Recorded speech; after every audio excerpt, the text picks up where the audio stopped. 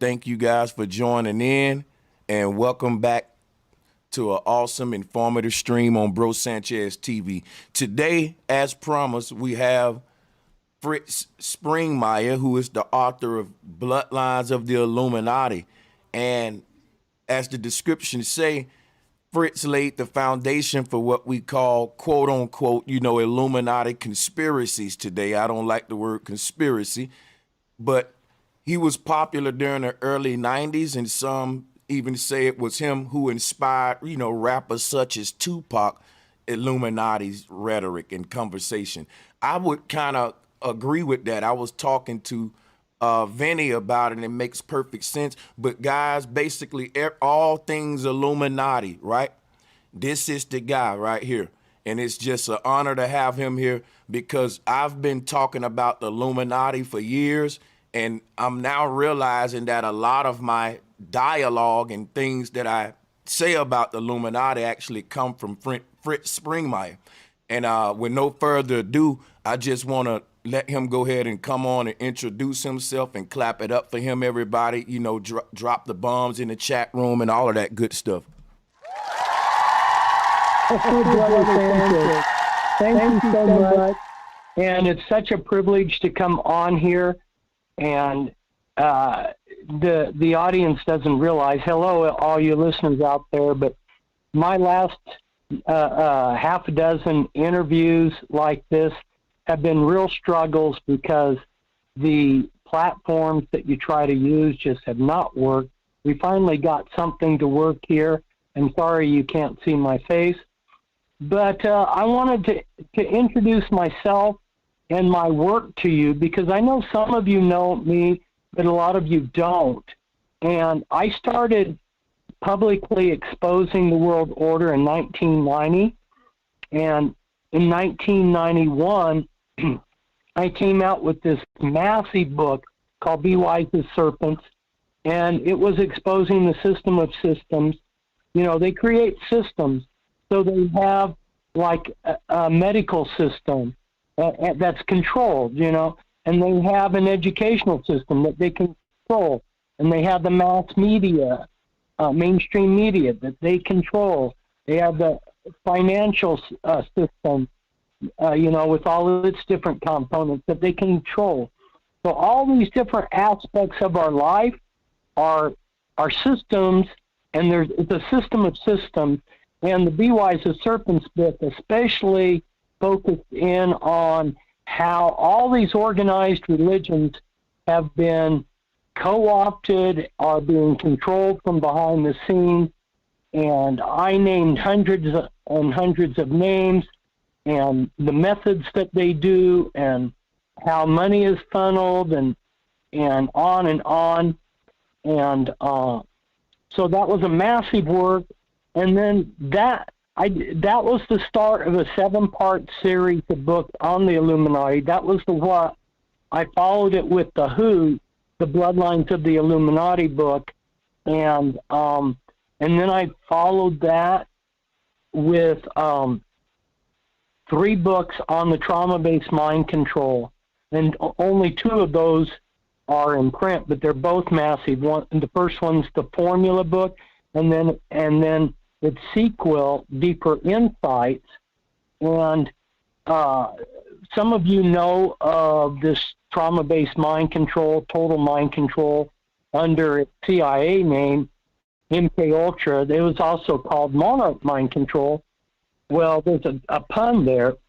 Not only was this mind control used for the elite, like Monarch, but they first discovered that the first animal that they discovered that could transmit knowledge genetically was the monarch butterfly.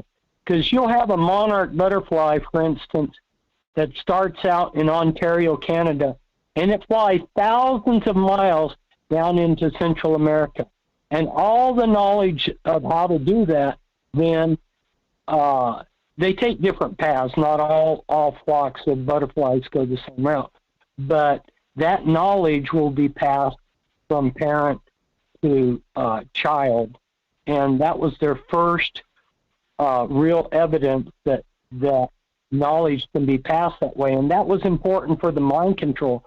The elite have been doing this trauma-based total mind control on their own children for about 40 generations.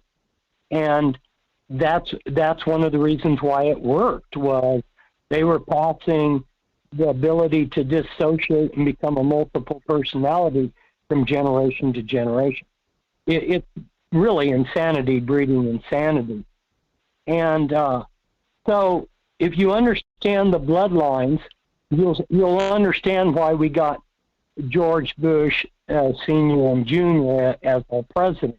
Or you understand why certain people, other people are in positions of power, and you go, I wonder why that's happening, you know. Anyway, how did I get that information?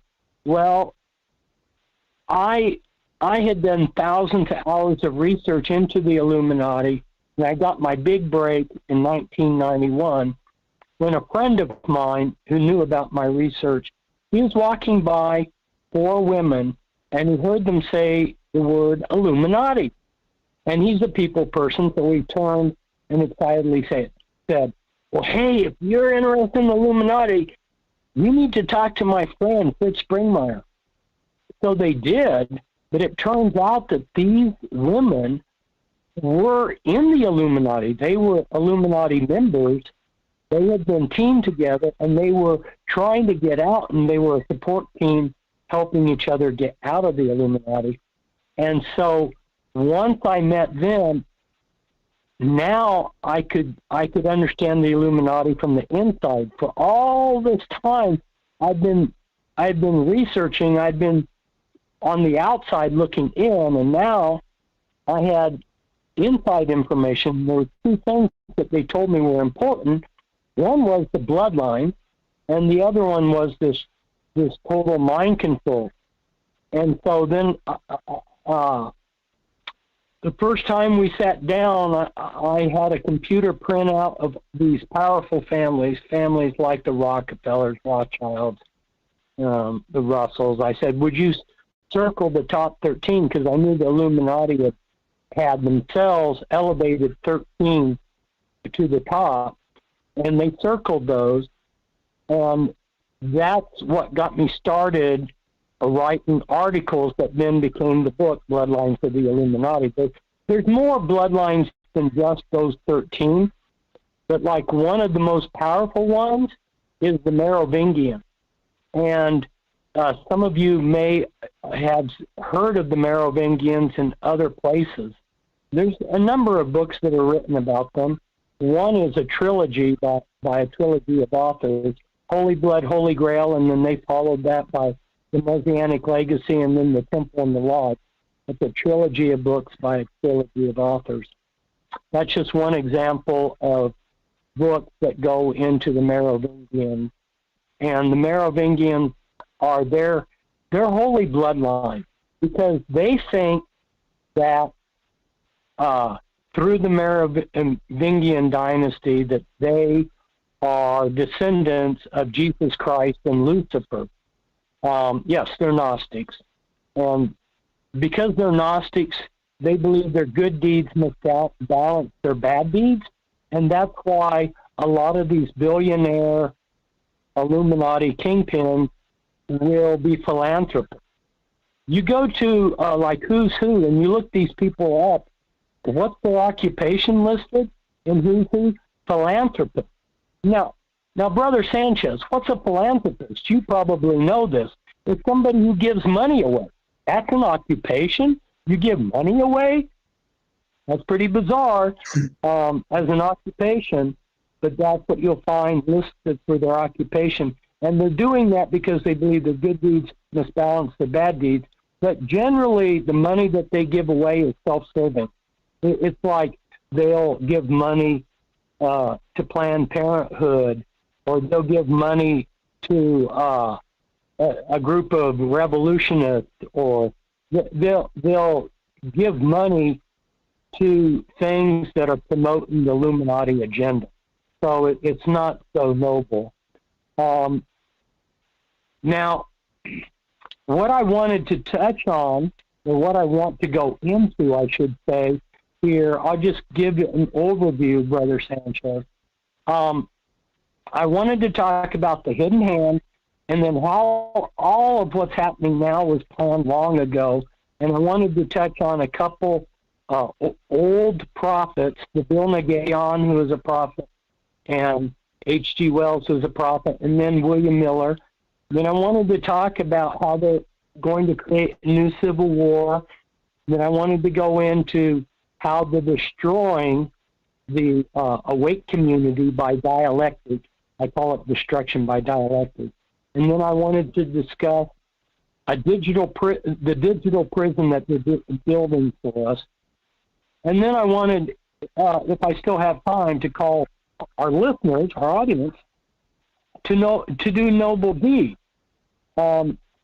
because we want to turn the negative into the positive. I'm sure you've been trying to do that, and so going back to this work that I was doing with the 4 women, why they talked to me about this high-level castle is Chateau des Amoureux. It's you could also call it the Mother of Darkness Castle. And so they were describing to me traveling there. It's in Belgium. They were describing a little bit of the rituals. Later I heard more about the different rituals that they do. It's a really nasty place. There was a nasty place. And I've been to Europe a number of times, and Belgium is not very big. It's the size of some of our counties, you know. And so I realized, hey, from what they had told me about traveling to it, I can pretty well narrow things down really well I can locate this on a map. So at the time I lived in Portland. I went to Portland State University. I did a lot of research there, and I knew that there was a map room that at that time they had military maps that were very detailed and looked very close.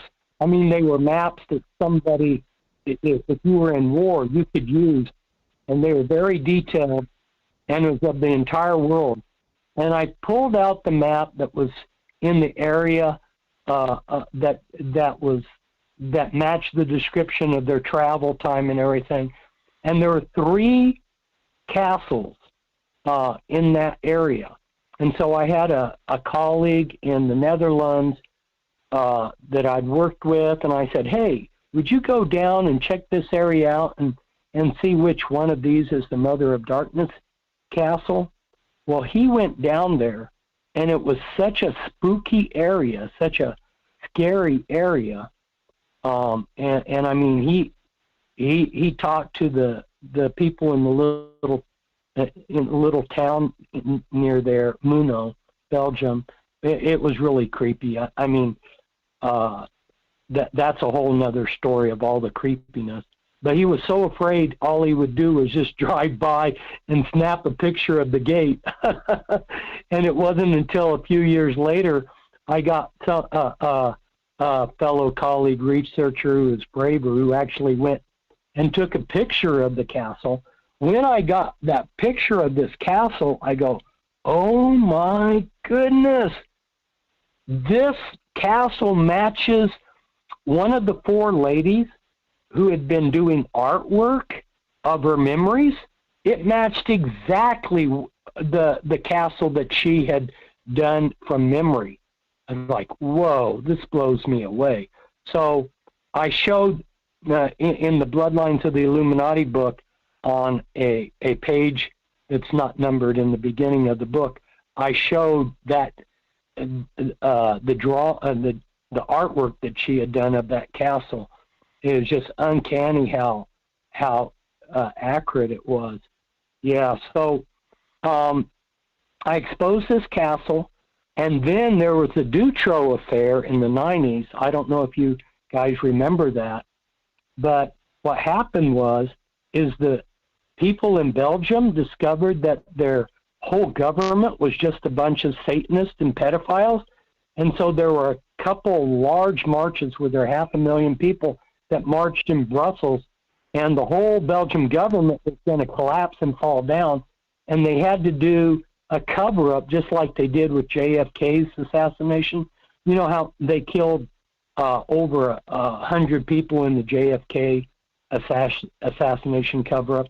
Well, they killed like 120 people to cover up this Dutroux affair, and then they sent a few people to prison as scapegoats to put a closure to the whole thing. But it almost brought down, and my exposure of that castle had helped with this whole Dutroux affair scandal. So anyway, I got to remotely play a role in that whole thing.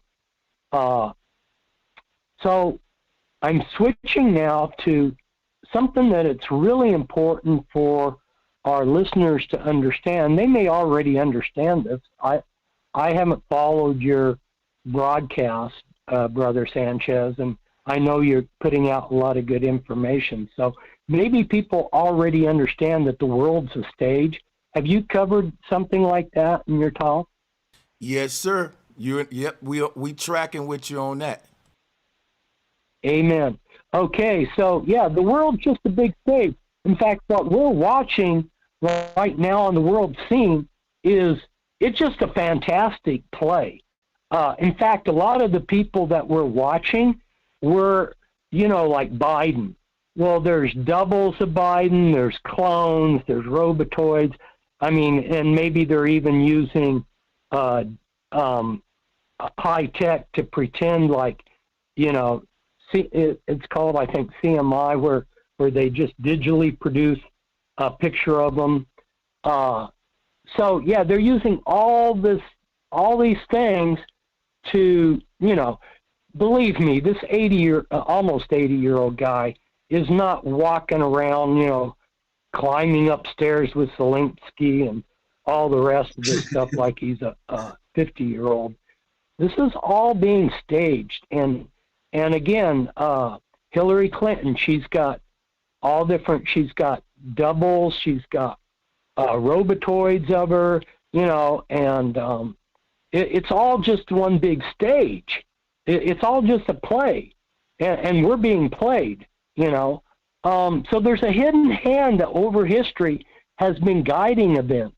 And I've talked to people that have been in planning meetings where the Illuminati were going over their plans with people, and they have 5-year plans, 10-year plans, 20-year plans, 40-year plans, 100-year plans. These things go way back. So I wanted to talk about two older prophets. When I say prophets, I don't mean biblical prophets. I mean prophets from their side, to show the audience that these things have been planned.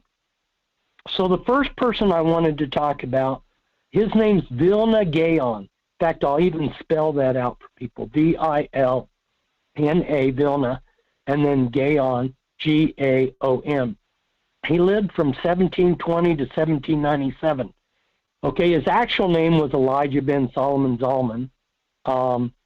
He's what I would call a Kabbalistic prophet, although people that are Kabbalists don't call him a prophet. They just say, well, he was great at figuring out gematria, But from our standpoint, yeah, he was a prophet because he writes this secret book. Well, it's been secret until recently. The title of it was Kol HaTor, and it was first published in 1968, and then in fast forward to 1990, this rabbi over in Jerusalem published a 2-volume set that goes over his secret teachings. And it's absolutely amazing. I mean, this guy lived in the 1700s, Brother Sanchez, and his teaching from back then just absolutely, they're what is happening today. And what is the Kabbalah to start with? Well, then people need to read someone like Edith Starr Miller, whose pen name was Lady Queensborough, and in 1931, her writings were published. It's in a book called Occult Theocracy. When I first started researching the Illuminati, her book was rare and sold for $300. And it was published posthumously after she died. So, yeah, there's a few mistakes in it, but it is absolutely incredible. She goes through all these organizations and shows how they're connected. And she identifies people that are Illuminati, people who are Freemasons, all these connections. And in the beginning of the book, she says that the Kabbalah is the foundational basis or doctrine for all these different groups. So Freemasonry is founded on Kabbalistic knowledge, and there's other groups too. But we're going to talk about the Freemasons today, so I'm kind of emphasizing them. But he had the time when the New World Order would happen. It's a period of redemption. It's the Geula. Yeah, I know that's a kind of a strange name, Geula. That means the period of redemption, or the period we're in right now, because in 2021 they announced that we are into the New World Order, and the final Geula, this period, needs a Messiah and a temple, and probably a lot of your listeners realize that they've already announced the Messiah, and the temple's already doing their ceremonies. And some of the rabbis that are on board with this Geula, I read some of what they've written, and like they're saying, you can create your own reality. Well, this is what metaverse is all about, and what the World Economic Forum is wanting us to do, create your own reality, go off in la la land. And so what were some of the things that the Vilna Gaon predicted? Well, he said that occult concepts would aid in the discovery of things. So some people it's not a very well-known fact, but Freud used the Kabbalah to come up with his theories about people. And another prediction is that the development of technology is a holy sacrament. It's going to bring mankind to salvation, right? And there's going to be an AI database of all universal knowledge. And then this supercomputer with this AI running is also going to run the world. Well, whoa, that's what's happening today. There was this novel, it came out in 2019 by D.C. Wentz, the novel's Reality, and it's really interesting. In this novel, they've got an AI supercomputer, which is used by a group that they call in the novel the Syndicate. It dominates and runs the entire world. The name of the supercomputer was Metatron, right? And Metatron is an angel of the Kabbalah. So we're still talking about Kabbalistic knowledge here.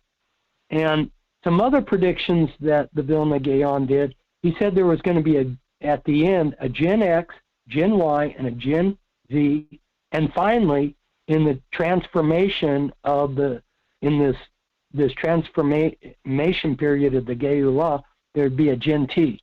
Well, I've started seeing some people refer to a Gen T, this transformation generation of today.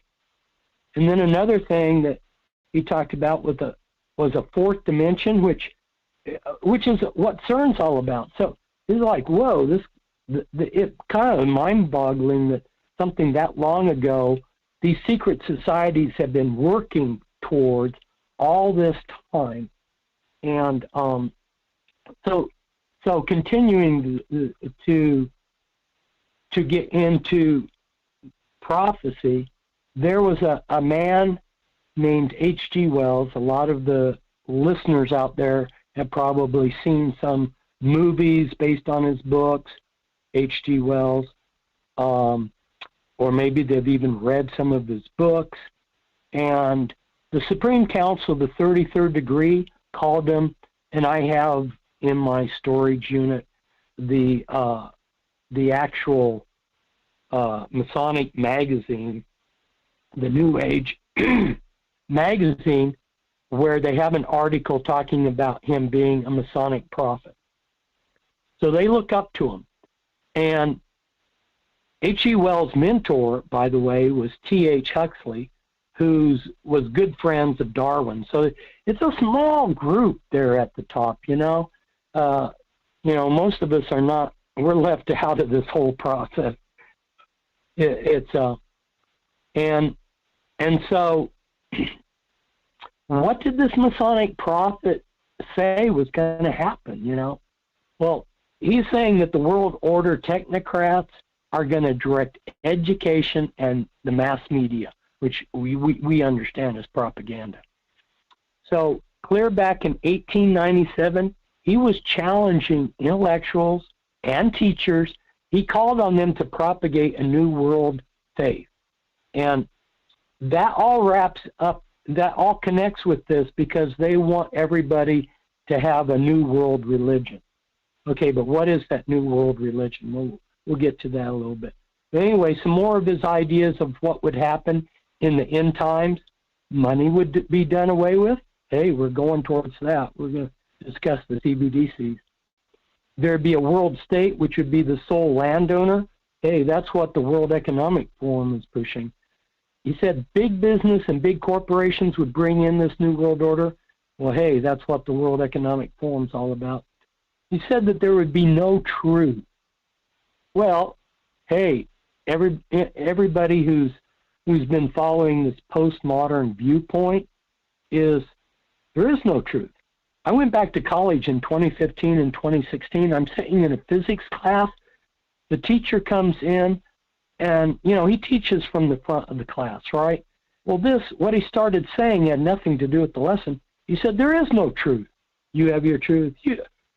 He has his truth. Everybody's got their own truth, but there's no truth. That was really remarkable that a physics teacher would be saying that.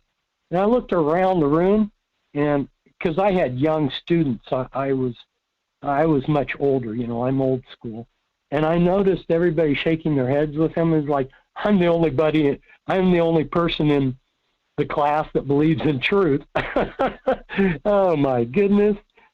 So he said that the New World Order would be a less secret form of Freemasonry. And some of you probably are aware of Alice Bailey's externalization of hierarchy. Okay. Well, in her book, she says the same thing. You know, this is what we're into right now. They're taking what was done in secret and they're bringing it out into society in general. And then he says that the elites are going to rule it. And here's an interesting quote from him. He says, what we work towards is synthesis. And I have been exposing Hegelian dialectics for decades, you know. In fact, a good person that exposes synthesis is Dean Gotcher. He lives in my state. I don't know if anybody's listened to him, but he does a really great job at breaking down synthesis, which is what they're doing in education now. And then H.G. Wells said, all roads lead to socialism or social dissolution, which is that right? Uh-huh. So we're getting socialism in a big way. So, yeah, he says that big business and banking will supersede government, and that's what they're doing. They're not having a revolution where they're just, you know, fighting and bringing out guns or something. They're just quietly making governments irrelevant, you know. So I wanted to transition to another kind of prophecy. There was a Freemason named William Miller, and in the early 1800s, he started propagating a prophecy that Christ was going to return in 1844. Okay, so the question I asked the audience, and and my buddies there, Brother Sanchez, and did Christ return in 1844? Well, most people are going to go, no.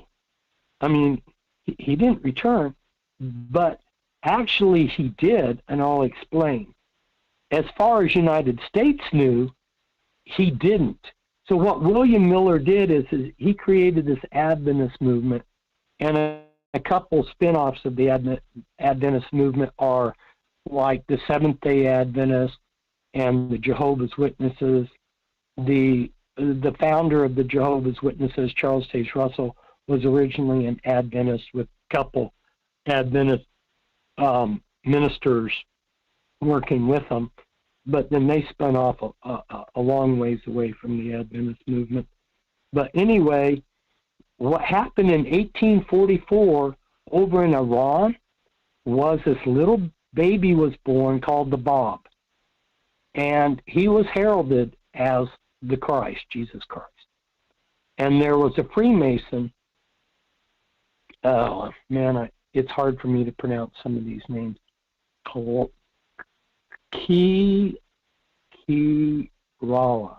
Okay, sorry. Kirala. And he was one that was pushing this idea that the Bab was fulfillment of this brother Freemason Miller's prophecy, right?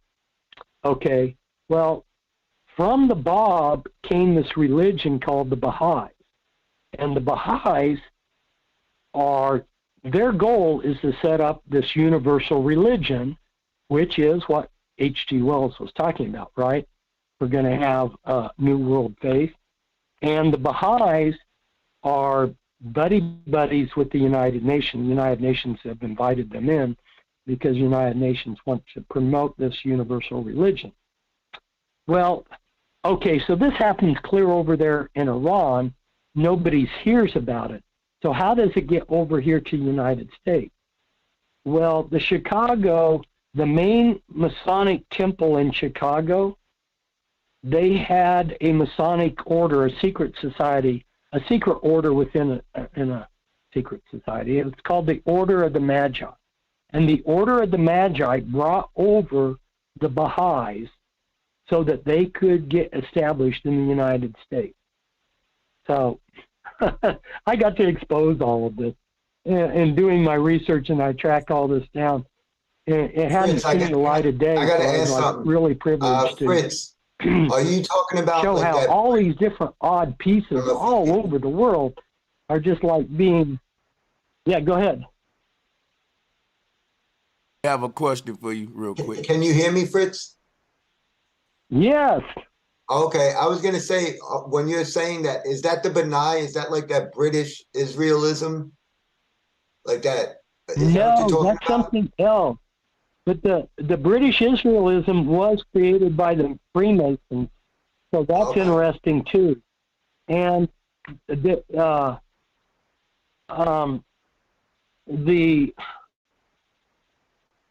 was help me out here. The magician that worked for Elizabeth I, John I guess D? based off his name. Pardon me? Was it John D you're talking about? Yes, John Dee. Thank you. John Dee created Enochian magic, where he was speaking with aliens. And the creature that he drew looked like a modern great alien. But anyway, he got this Enochian language from the aliens. But one of the things that he did was he created the word British.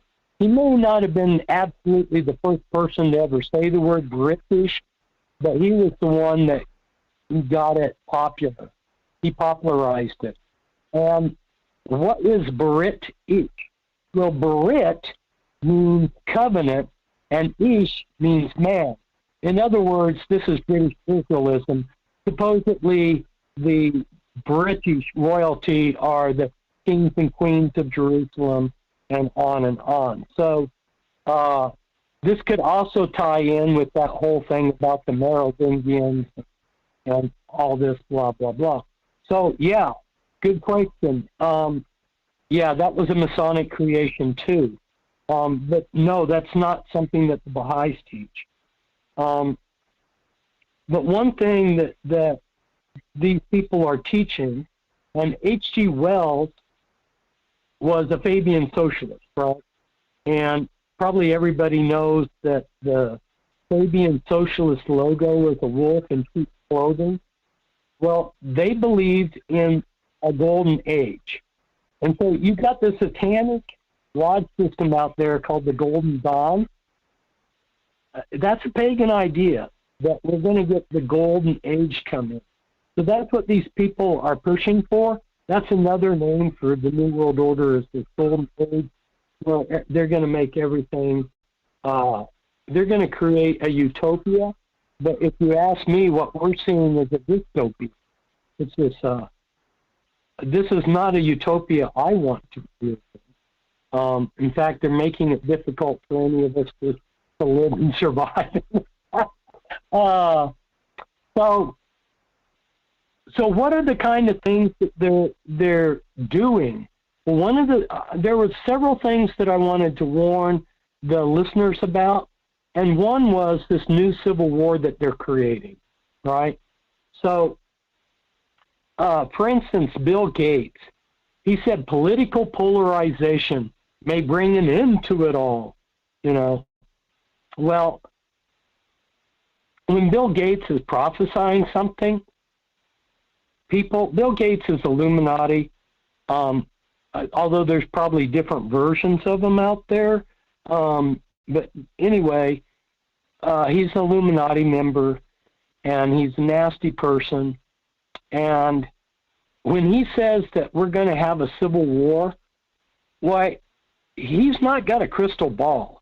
The reason why people like this say these things is they are actively trying to bring them about, right? So, yeah, he realizes they're going to be this, because he and these other guys, nasty billionaires, Illuminati kingpins, are working hard to bring it about. So what caused the first American Civil War? Well, there was the fault line of slavery. You had people on both sides, you know, abolitionists, pro-slavers, you know. Well, where are the fault lines today, right? Well, we got fault lines around race, abortion, Trump, global warming. You know, it's basically you got a fault line between the PC liberals and the conservatives, you know. And in my Be Wise as Serpents book, I exposed how the elite helped create the Civil War. So this is all, you know, I got to have the joy of exposing this. There was a bird club. That's what they called it, but it was actually not about birds. It was 6 Unitarian ministers, and they were actively working to create a revolution/civil war. And they sent money and weapons to a revolutionist called John Brown. And John Brown was not a godly man. You know, I hate to tear an idol down, but anyway, they even sent him a Mason that was a professional revolutionist, Amschel Bondi, to help him out. So they funneled all of this to John Brown, and he goes to Kansas, and he starts killing slavers. Okay, and then the slavers, of course, reacted and started shooting abolitionists, and then you get this mini civil war in Kansas. They nicknamed Kansas Bleeding Kansas. That was their nickname for this small war that preceded the Civil War. And oftentimes you will see this. This is a pattern. You know, the Spanish Civil War preceded World War II, right? So you see a smaller war precede a larger war, you know. And so what's happening today? You know, why are we divided? So I went to the mainstream media see what they were saying. Time magazine said, the reason why we are divided is racism, capitalism, and social media algorithm. Now think about this. Okay, they're accusing Trump of racism. They're accusing Trump of capitalism. Oh, shame on us. We got capitalism in this country. And then what's social media algorithm? It's really, if you think about it, is this people thinking for themselves, independent thinking. Oh, you got your own choice. You're not going along with the crowd. What you want is just your own little, well, power to anybody who wants to think for themselves, you know, as far as I'm concerned. So from my vantage point as a researcher into the Illuminati, a researcher exposing the system, I think mainstream media is one of the reasons we're being divided. Because every time there's a crime, they start labeling the criminal a white supremacist. It doesn't matter if he's black or Latino or what he is, he's going to be labeled a white supremacist. It's really crazy.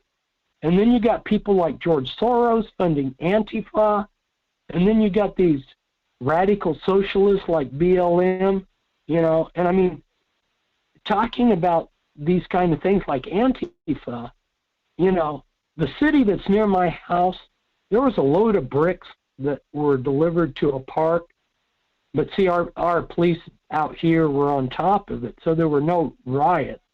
No rioters picked up bricks, but in the bigger cities where they're on top of things, yeah, the next thing you know, people are picking up bricks and throwing them through windows, you know, as if this was just a grassroots thing.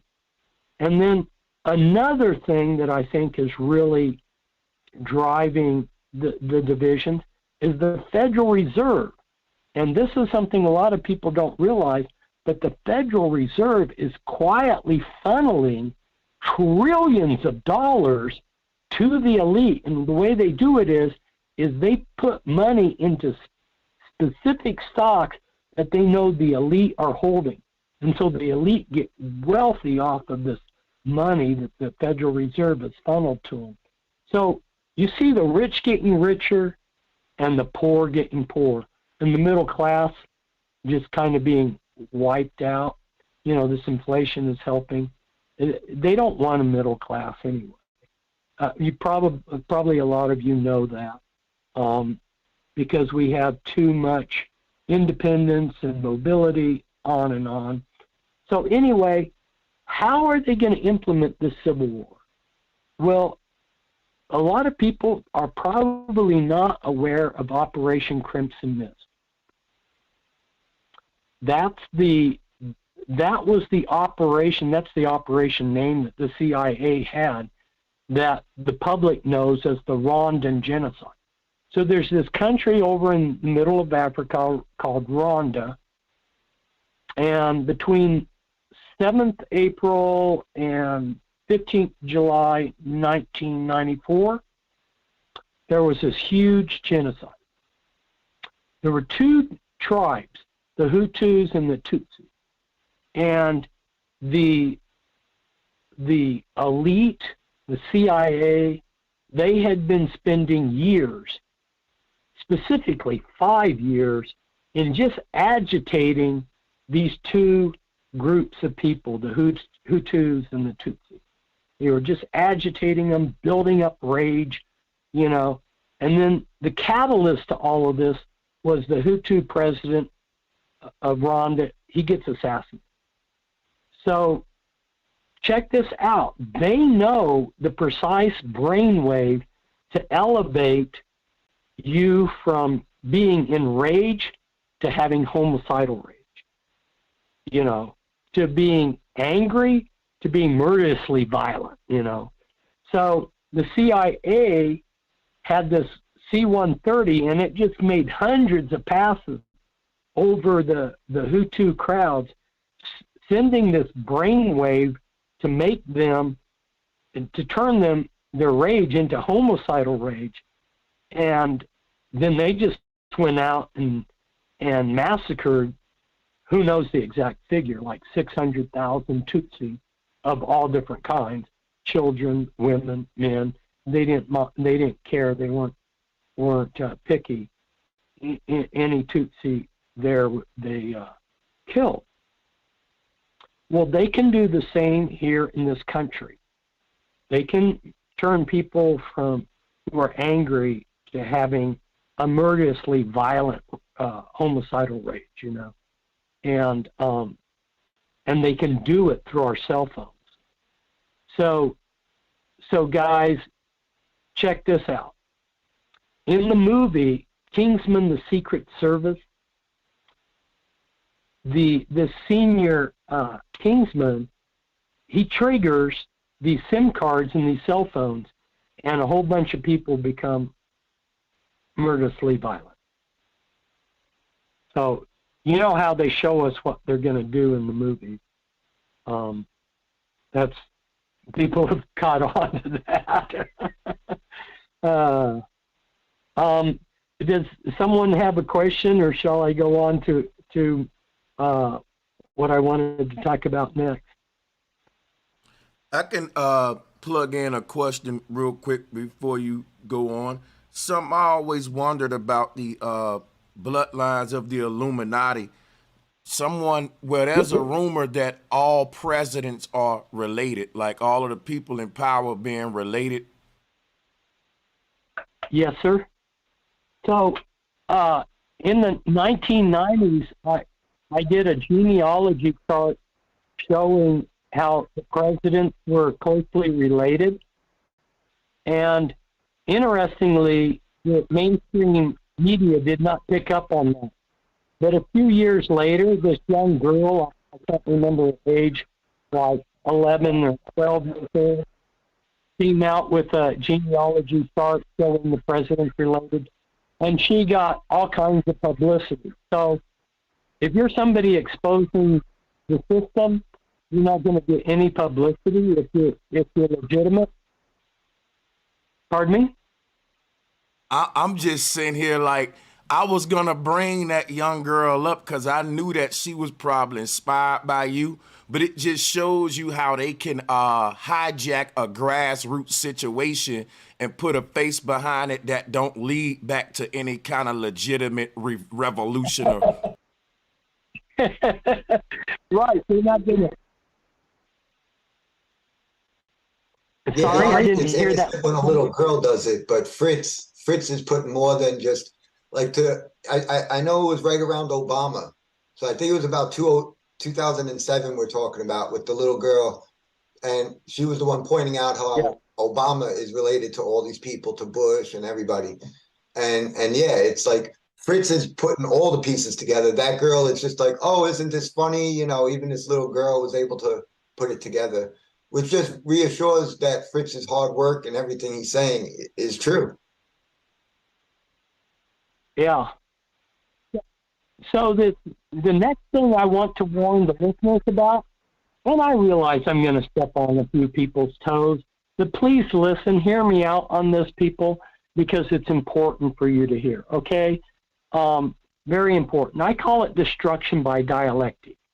And they are taking the awake community and they are destroying it with the dialectic. And as you hear me, you'll start understanding what I'm talking about. So see, they have these scripts, and this all goes back to what I was saying at the beginning. This is all just a play. It's just a stage, and they're doing this big play. I mean, it's real people, except when it's a double or a robotoid or something, or a clone. But, you know, I mean, you could say that the play's for real. You know, it's not just in a theater. So they took the script that they used to create Hitler and they used it to create Putin. And I sat there and watched them do this, right? So check this out, people. You had pan-Germanism. Pan-Germanism means, you know, we're going to make Germany this great nation, you know. And then Germany fights World War I and they lose it. So at the end of World War I, they have what's called the Diktat, where they strip Germany of all their colonies, and they had quite a few, and they took like 12 territories of Germany proper and gave pieces of Germany to different countries. Like they gave part of Germany to Denmark. They gave parts of Germany to France. They gave a little part to Belgium, you know, and then they made some of these parts that they took away from Germany proper. They made them independent, like Danzig and Memel.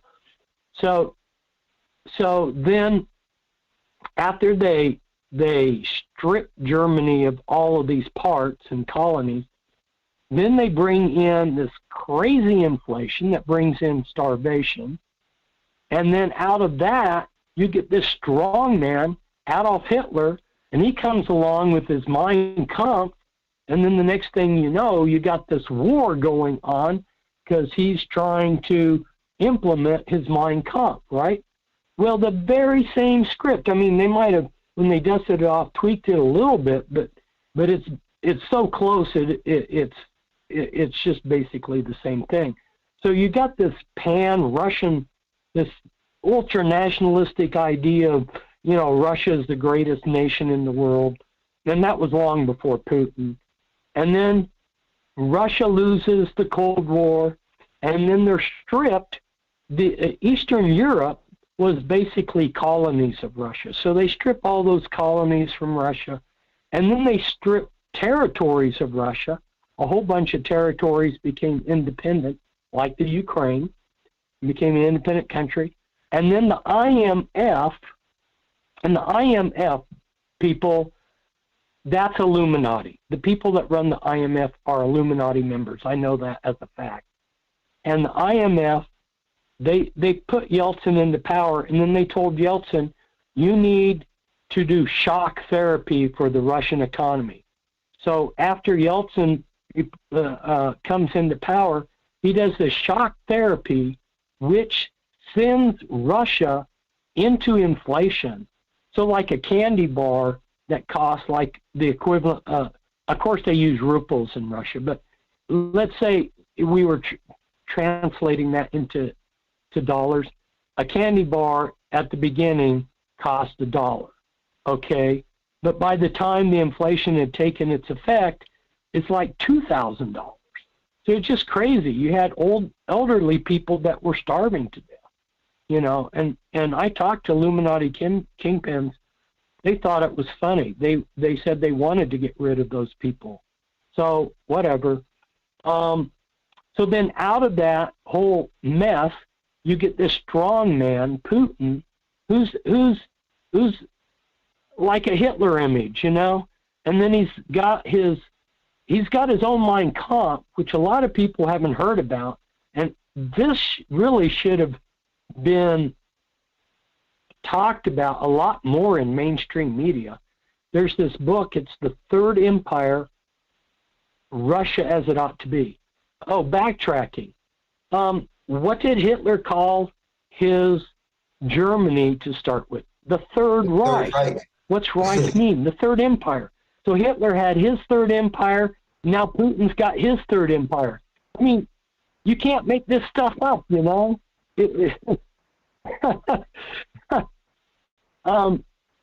So, you know, in this, The Third Empire, Russia as It Ought to Be book, it says they should attack Georgia. Well, they do in 2008. You know, they should annex Crimea. They do that in 2014. And then it's just, they're just following the this Russian Mein Kampf, just using it. And this book in the Kremlin is highly valued. Well, I don't know why it's not talked about more, because a lot of people are thinking, oh, you know, Putin's just trying to get rid of neo-Nazis in Ukraine or something. No, he's got an agenda just like Hitler did. But the thing of it is who is Putin? You know, this is where I am seeing a lot of awake people, a lot of Christians that are a lot of awake, and a lot of other awake people. They love Putin, and they think that he's fighting the New World Order. Well, people, who was Putin before he became a public figure? He was friends with Klaus Schwab long before he became a public figure. Klaus Schwab's an Illuminati member. Putin's a member of an Illuminati Air Lodge. And a lot of other people that are significant are also members of these Air Lodges. There's 36 of them worldwide. So I got a quick question about Putin. You're right. A lot of people thought Putin was fighting the NWO. A lot of people thought the same about Donald Trump versus the deep state. Is he part of these bloodlines like Putin? Donald Trump is a front man for a faction of the elite. Now, this faction is not following the Illuminati agenda. I mean, they do some things and don't do others. So, I mean, in terms of if you don't want to follow the Illuminati agenda, yeah, Trump's great that way. But don't think that he doesn't have connections in with the whole thing. Yeah, he's got connections. He was put into power by this faction. And so, you know, I would rather have Trump than Biden. But people have to understand that this is all just a large script. And I'm sorry to break people's bubble, but Trump is not lily white. You know, he's involved with some shady things, let's put it that way. And that's what I'm trying to get about Putin, you know. Putin was friends long ago, long before he became a public figure, of Kissinger. He was in Kissinger's home. And then he was a protege of Klaus Schwab, who's an Illuminati member too. So it's Kissinger, you know. And Putin has been all along endorsing Klaus Schwab's World Economic Forum. And the people around him, like his right-hand man, Dmitry Medvedev, actually said it. You know, these people, they have been going before the World Economic Forum and addressing it repeatedly. They've been right there at the forefront of things at the World Economic Forum until February 2022, when they attacked Ukraine. And then the World Economic Forum said, you're going to have to quit coming, you know. But Putin's oligarchs, they help finance the World Economic Forum, and about a dozen of them each year would attend the Davos meetings.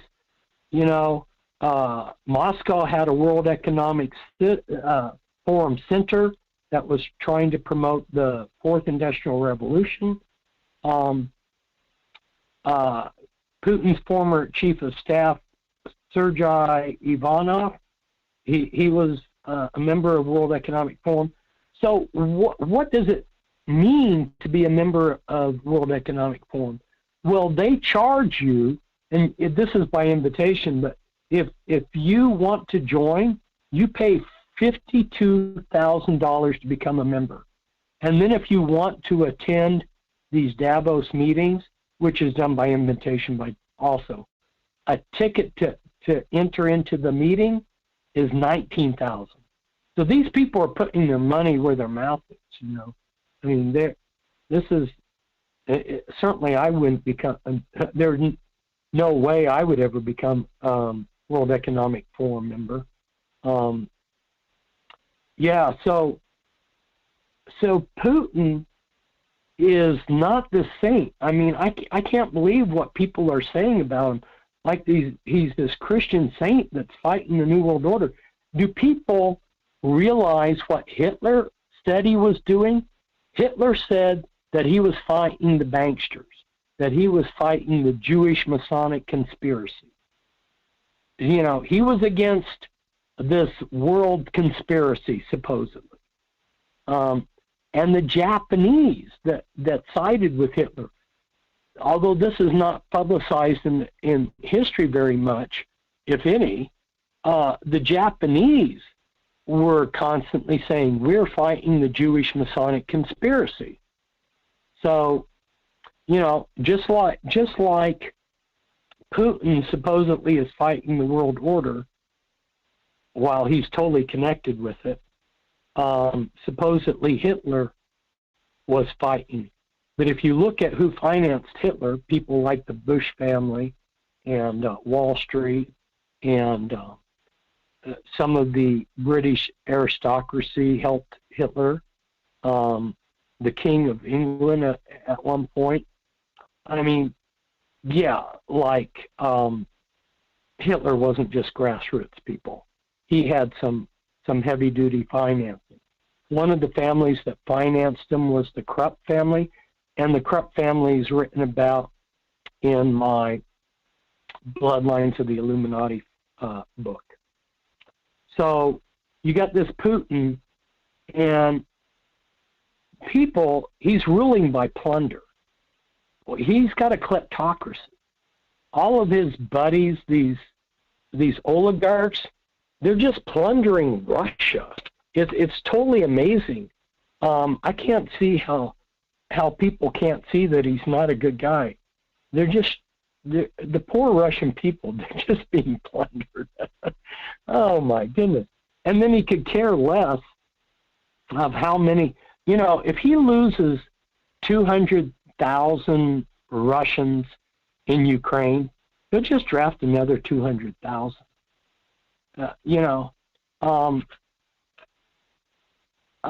So the toughness of the Russian people is incredible, and so I got the statistics so that I could try to explain to people that this war over in Ukraine is going to go on a long time, because the USSR in 1941 had 195.4 million people. And then they lost 27 million in World War II, right? Okay. So the Ukraine is not quite as big today as the USSR was, but they're still pretty large. Russia today in 2022, 145.8 million. Okay, so what have they lost over there in Ukraine? They lost maybe 150,000, 200,000. That's a drop in the bucket compared to 27 million. The Russian people can endure a lot. And so this war is not going to, this war is going to continue. And the Russian people are going to take a lot of suffering and abuse, and the oligarchs don't care because they've been plundering the Russian people a long time. They could care less about them. They've got these incredibly expensive yachts, incredibly expensive mansions everywhere. Well, what do you need a yacht for?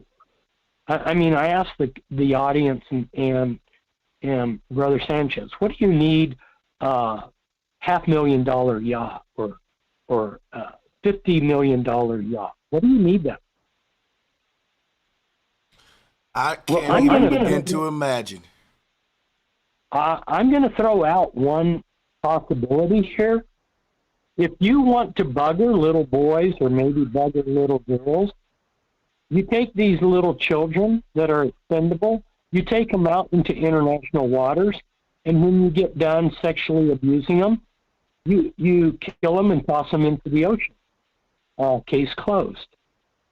That's what a lot of these elite do with their yachts. And anyway, you had the Scientology guy, L. Ron Hubbard. Was it him or someone that had the boat and was trying to hide off the coast to avoid persecution? Wasn't something like that? I didn't know about Hubbard, but I'm not surprised. But Scientology has a ship that goes out there, and a lot of abuse happens to the Scientologists that are on the boat. Yeah, that's okay. Thanks for sharing that. Yeah, I heard he was hiding off the coast for a while in the beginning. Yeah. So I was going to take a look at a couple of these oligarchs, just to let people realize what his friends are like. You know, so you got this Russian citizen, but he's also an Israeli citizen, dual citizen, Mikhail Friedman. He's Jewish. He's an oligarch. He's a billionaire. He's a philanthropist. So you get in the picture, people here. And he co-founded the Russian Jewish Congress. Well, guess what? He's a member of RCFR, Council of Foreign Relations. You get the picture, you know. Then a friend of Putin, who is another oligarch, Vladimir Zhirinovsky, he was openly Nazi, and his political party, which had unified from one of the political parties that unified with his, they openly flew the Third Reich flag as their banner. I mean, how Nazi can you get, right? And this Zhirinovsky, he right out in the open would publicly say that if he was in charge of things, he would take Finland and he would take over Alaska, right? Well, he died just after the invasion in April 2022. Because he was a friend of Putin, Putin went to his funeral. This guy was openly a Nazi. Now, the point I'm making is there are all kinds of Nazis in Russia. And there are all kinds of Nazi political parties in Russia. If Putin wanted to clean out Nazis, he could start with Russia. He wouldn't have to invade Ukraine. He could start with Russia if he was trying to clear out Nazis. Because you go to Russia and you'll see a lot of people with swastika tattoos and stuff. You know, in fact, David Duke, some of you probably know who David Duke is. He's a grand wizard of the KKK. He's a very prominent American Nazi. He was in federal prison. He was released in May 2004. Anyway, back in the 90s, back in 1994, back in 1999, before he went to prison, he was in Moscow for 5 years. Why was David Duke in Moscow for 5 years?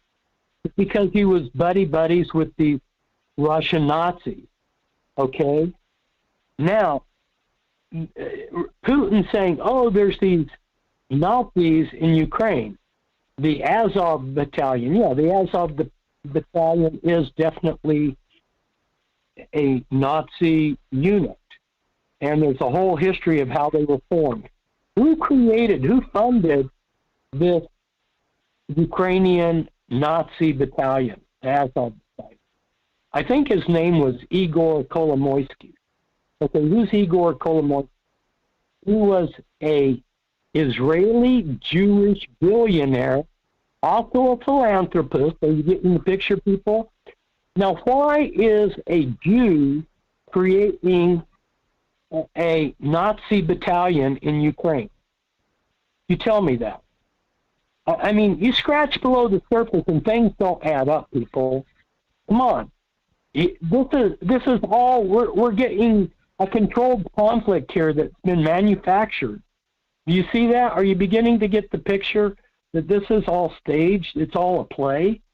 And then when all of these awake people go, well, whoever's the enemy of my enemy must be my friend. So Putin must be my friend because he's against Biden. Oh, come on, people. You're getting sucked into the dialectic. The Russia is the enemy of the United States. Most Americans back to Ukraine. And so all of these awake people are setting themselves up for destruction by supporting Putin. No, don't get caught up in the dialectic. This is all stage-managed dialectic, people. And yeah, it's sad that United States is sending billions of dollars over there to this war. I mean, the whole war is sad. The whole war is a tragedy. But don't get sucked in. Don't get sucked into the dialectic, people. I hope that makes sense. I'm just scratching the surface. There's a lot more that could be said, Let's see. I got to look at the clock and see. Okay, I've gone through. Actually, it's been going. Okay, so I got about 30 more minutes. Is that right?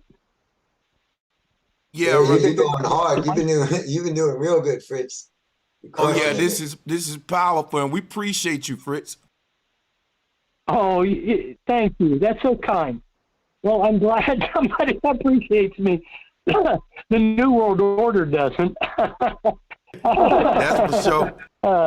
Hey, so let me put a little context to all of this. There was an Illuminati kingpin, Jacques Attali, and he said, and I'm quoting, "People only evolve when they're in fear," right? So they're just trying to scare us out of our wits. Look at what the world order, look at what the mainstream media is peddling. Look at what fears they're trying to peddle. And going back to this Ukrainian war, they're trying to peddle, oh, we're going to have this nuclear holocaust, Well, people, I really think that's all just to scare us out of our wits, right? Okay?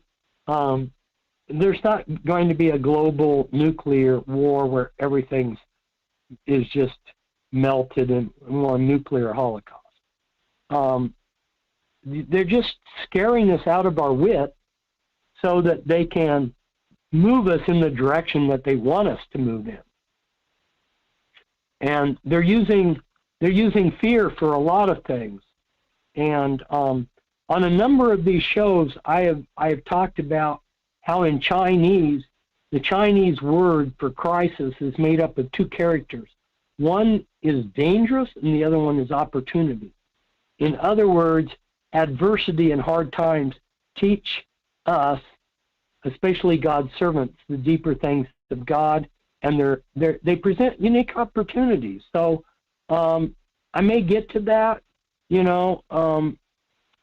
I really wanted to talk to people about doing noble things because I want you to take the negative and turn it into a positive and go out there and in your community do noble things. But meanwhile, the next thing that I wanted to talk about, which I thought was important, is this digital prison that they're creating for us. Okay? And even the Amish have caught on to this, the plain people.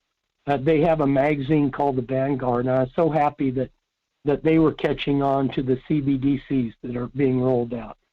Well, what is the CBDC? It's a central bank digital currency, right? And so the digital prison that they're creating for us, it's going to be using, from my perspective, it's going to be using basically 4 components. It's going to be using the CBDCs, which is digital currency. That's going to be using facial recognition and the digital ID that the World Economic Forum keeps talking about. They're going to be using the beast computers, and then they're going to be using their agendas. What do I mean by agendas? Well, their vaccine agendas, pandemics, the sustainability, global warming, smart cities, the green agendas, and you got the picture. So what do these CBDCs do? Well, they're rolling them out all over the world. They got experimental forms of it in a lot of the countries. I used to, in some of my talks, say what some of these countries are that are using it. And there's pilot programs in Russia and China, but a lot of other places too, like Bahamas. Iran's already using CBDCs. The big banks in New York, Fritz. So a CBDC, it gives the government total control over the bank. January, Fritz. Pardon me? Oh, I'm sorry. I was just It saying gives that the them, big banks in New York in January started the digital currency. They started some type of program to test run it. uh-huh. Just trying to add in to So, what you were saying. Yep. so it will give the government the ability to silence dissent. I mean, it's used that way already in China. It could be used to force people to have vaccinations or electric cars, to control travel. There's something called a social credit rating that they're already doing with their computers that monitor us. However, they're not actually implementing it. They're just watching us. But there's some people that have gotten airplane tickets that actually have their social credit rating. So, you know, they're hitting us with so many things. The CBDC are just like one out of 50 different things that they're hitting us with. But the next thing that I was talking about was the facial recognition and the digital ID. People don't realize they got 50 million cameras in the United States now hooked to the internet, and 20 billion cameras worldwide. So your cell phone, most of your cell phones have a 3D camera with a laser, and it can see key points in your face for facial recognition, right? Well, they have been able to identify your voice print since the 70s. I've known about this for a long time, that they could tell who you were when you talked over the phone. Even back in the late 70s, they could tell who you were because they could, the computer could tell who you were by listening to your voice, voice recognition. So they got cameras everywhere. I mean, this is a lot of the people out there listening to me realize it, you know. You go into a retail store, business settings, you know, and then in the future they're going to have all these drones. Well, they're using all these drones over there in the Ukraine war. They're proving how powerful these drones can be. So they use the drones later in the world order to be aerial policemen. And they've got all of these smart lights they're putting up, like here in our little town. They say it's for energy conservation, you know, global warming. They always do these things. Oh, if we don't protect ourselves from global warming, Mother Earth is going to die. And they got smart poles with radar. They're putting in smart cities. These smart cities have grids that are integrated with 5G, right? They got smart cables in the ground. These smart lights, they've got LED incapacitors. Okay, what's that like? Well, it's like a concert light. You know, you got red, green, blue in your concert light. Well, these LED incapacitors, they can actually shoot out like a laser, and they can hurt a person or they can kill you. So our cities are being set up where they can just zap you, you know. And the whole idea behind this is what's called zero trust. So what goes along with all of this is the concept zero trust. When you go to prison, the prison staff offer you zero trust. Nothing you do is trusted, right? So you have to earn the right to do anything. So that's what they're setting this up for. You know, we're going to be in this zero trust climate, and we are going to, you know, like, okay, when I called AAA, they said you need a Lyft app to call a cab to, you know, to help you. Okay, so you're going to need an app to get a cab in a large city. Like in California, the city wants you to have an app to get a cab, you know. You see how we're becoming more and more dependent on them people? I'll talk some more about that. But Well, actually, maybe I'll just talk about it right here while I'm thinking about it. So, our electric company, they send out a monthly magazine, and in that monthly magazine, they were promoting smart appliances. Okay, so you got like a smart washing machine. Okay, well, why would you want a smart appliance? Well, in this article, they said that the power companies are going to start charging different rates for different periods of the day. When it's high usage, they'll charge more. So this article said you'll want a smart appliance so that you can turn on your appliances when it's not a high use time period. Well, you could do that yourself. You don't need a smart appliance. But think about it, people. Think how you're getting locked into a digital prison. You have all these appliances that can be controlled from the outside, and it's just like these cars. You know, somebody tries to steal a car, they get in a car, they drive, and the car can be remotely stopped, and the windows and the doors locked. Well, they could do the same with your smart appliances.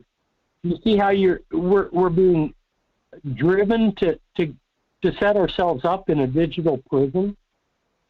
So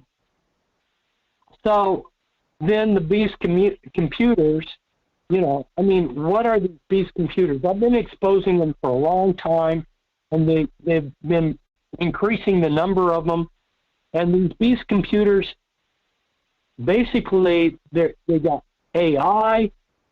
They know everything about everybody, and they basically can run the world.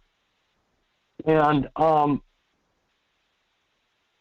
you know, that's where we're headed. Is that makes it really easy for the elite that they don't have to run the world day to day, minute by minute themselves, but this AI can do it for them.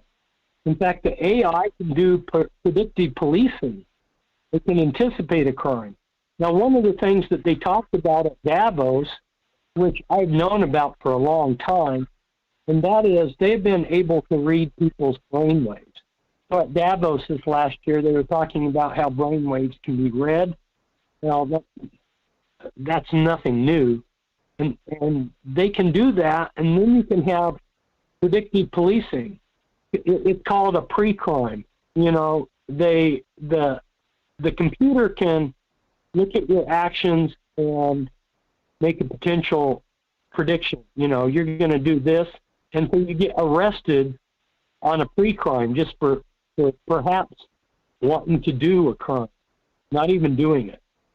And these supercomputers are going to set up prodigy asset groups, use behavior modification, hack humans, you know, and all your data about who you are is sitting on a blockchain.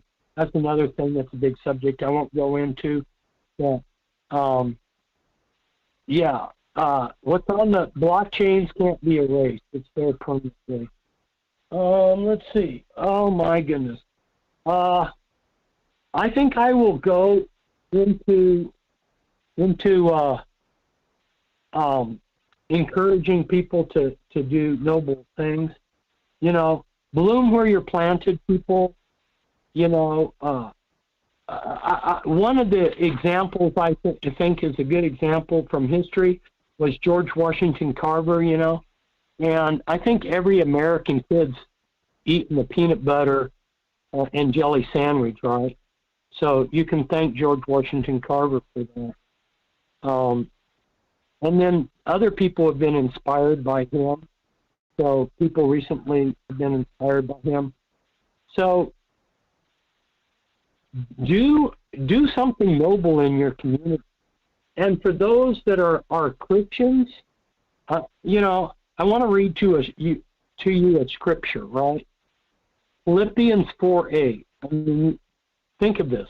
Think on this scripture. It says, "Finally, brothers, whatever things are true, whatever things are noble, whatever things are just, whatever things are pure, whatever things are lovely, whatever things are a good report, if there is any virtue and if there's anything praiseworthy, meditate on these things. We're encouraged to do noble things. We're encouraged to think noble thoughts, and so you can do that in your community. But I'm not talking about just, helping an old lady across the street. I'm talking about a noble deed that truly addresses something significant. One person created microfinance, which were small loans to help the poor people like in India, and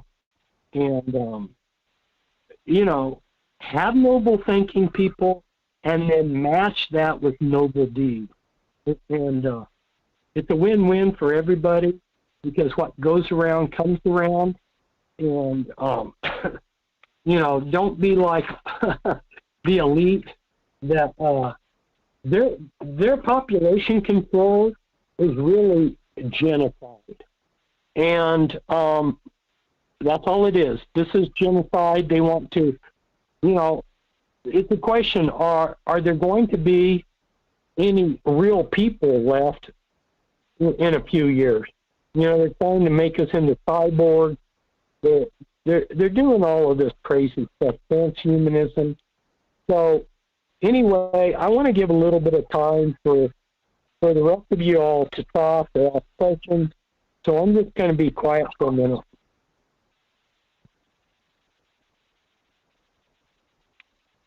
Comments, questions?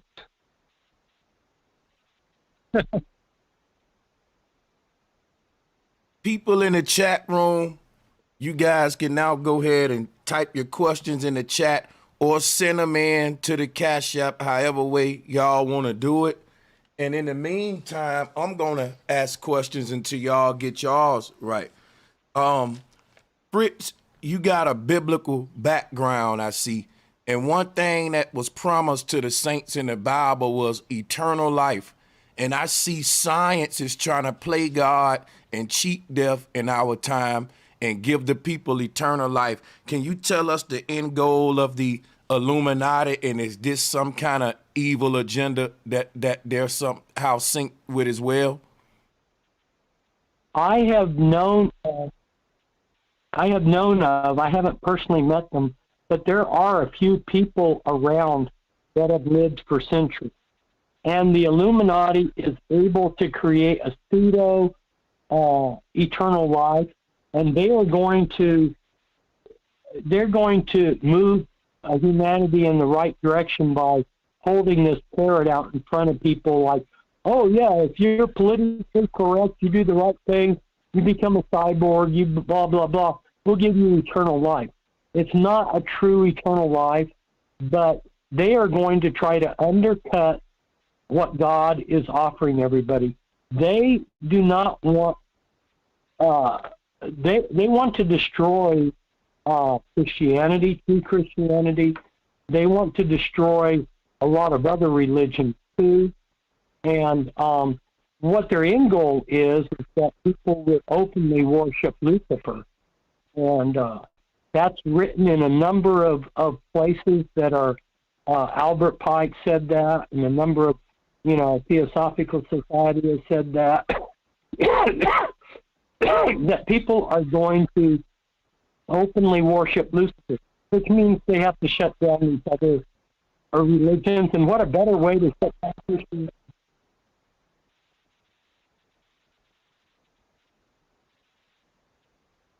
Yeah, I'm still here. What a better way to shut down Christians. Yeah, to say, oh, that's nothing, we can offer you that. I did a whole program. It might still be out there on YouTube on how they're going to promise eternal life. Hey, Fritz is really going deep. Fritz, I want to ask you about now that we're in a time now, you know, they used to laugh at UFOs and sightings. Now everybody want to leak about UFOs, and a UFO here, the government want to bring it out. What do you think about a fake stage alien invasion to kind of wipe out some of the people? Yes, they've had that card. That's actually been planned, but whether they play that card or not, I don't know. So the Illuminati kingpins I talked with, pardon me? No, we're listening. Okay, these Illuminati kingpins that I talked with, I'm sorry, say again? I think you might be getting a little bit of echo or feedback on my end. We just listening to you. Oh, okay. So I could hold. So will it help if I hold the microphone? Oh yeah, you breaking up a little bit. Can I get a mic check from you? Okay, 1, 2, 3, 4. Okay, there we go. There we go. Yeah. Now we can hear you good and clear. You were saying something about, that was very interesting too, about what you were saying about they've been had this alien invasion on the horizon and all this stuff. I remember, well, I wasn't born then, but I heard that the first radio broadcast was like a stage alien invasion or something like that. Mm-hmm. Yeah. And that was interesting. Yeah. You said that was Yeah, an kind attempt. of a yeah, so these Illuminati kingpins. I'm sorry, say again? So these kingpins were saying that they actively talk with on a regular basis.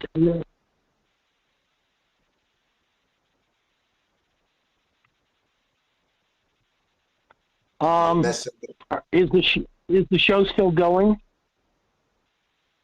Yeah, we still live and rocking and rolling, and we just listening to you. Well, these 4 women that were in the Illuminati back in 1991, when I started talking with them, they told me, and this is long before Nephilim was, and so it's long before anybody talked about Nephilim. They said that in the Illuminati 7, the Nephilim were the ones that policed things to make sure everybody stayed in line.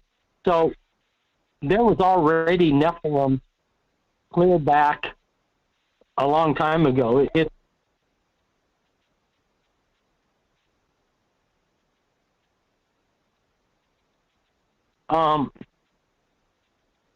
Okay, I'm gonna see if we got any questions in, Fritz. Right, see if anybody got any questions in the chat room. And thank you guys for the support. We appreciate you guys. And in the chat room, if there's any questions, go ahead and put them out there now, because we don't want to hold Fritz up.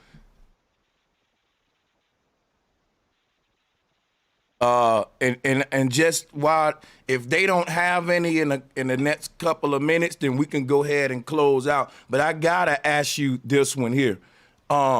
There's a lot of information out now about people harvesting adrenochrome and this concept of spirit cooking with the whole the chick, what's her name, Abramovich, right? Yeah. What do you think about all this stuff? Oh, it's true. I had the privilege of exposing adrenochrome back in like 1992. It had been a secret for centuries, and I got the privilege of being the first person to expose adrenochrome, which was sold on the black market. Now everybody seems to know about it. Yeah, that's true. It's interesting to know that you was in the early 90s talking about Illuminati, adrenochrome. That is just so crazy, yo. You was ahead of your time, man. You was way ahead of your time. Yeah. Fritz, we really appreciate you. And you just, you went over an hour straight, nothing but jewels. It was an honor to have you here. Me personally, I consider you a real powerful revolution. We can't thank you enough for the whole work you done in the 90s. It was harder to talk about this kind of stuff back then in that time than it is now. And I just want to say thank you, and we want to give you your flowers from my community. And we appreciate your time here today.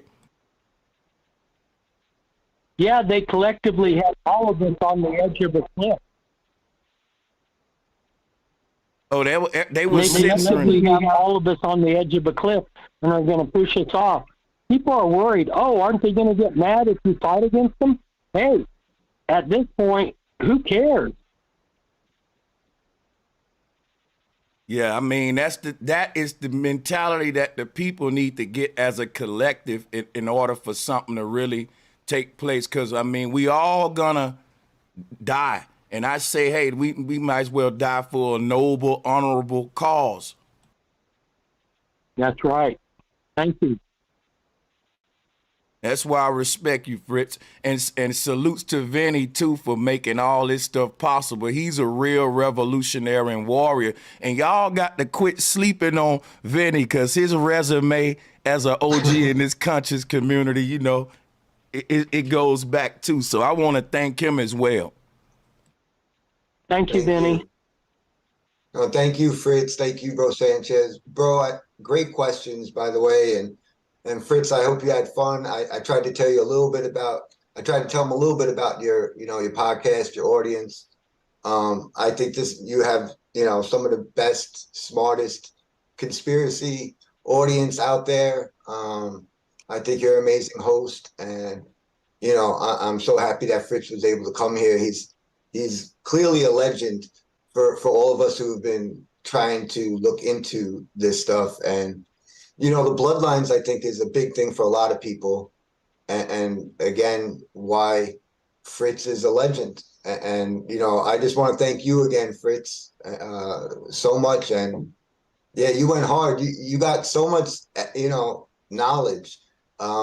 But don't even, we got so many questions, I'm sure, Bro Sanchez, but you don't want to cut you off because you're just flowing, and it's all gems. And thank you, Fritz. And thank you, Bro Sanchez.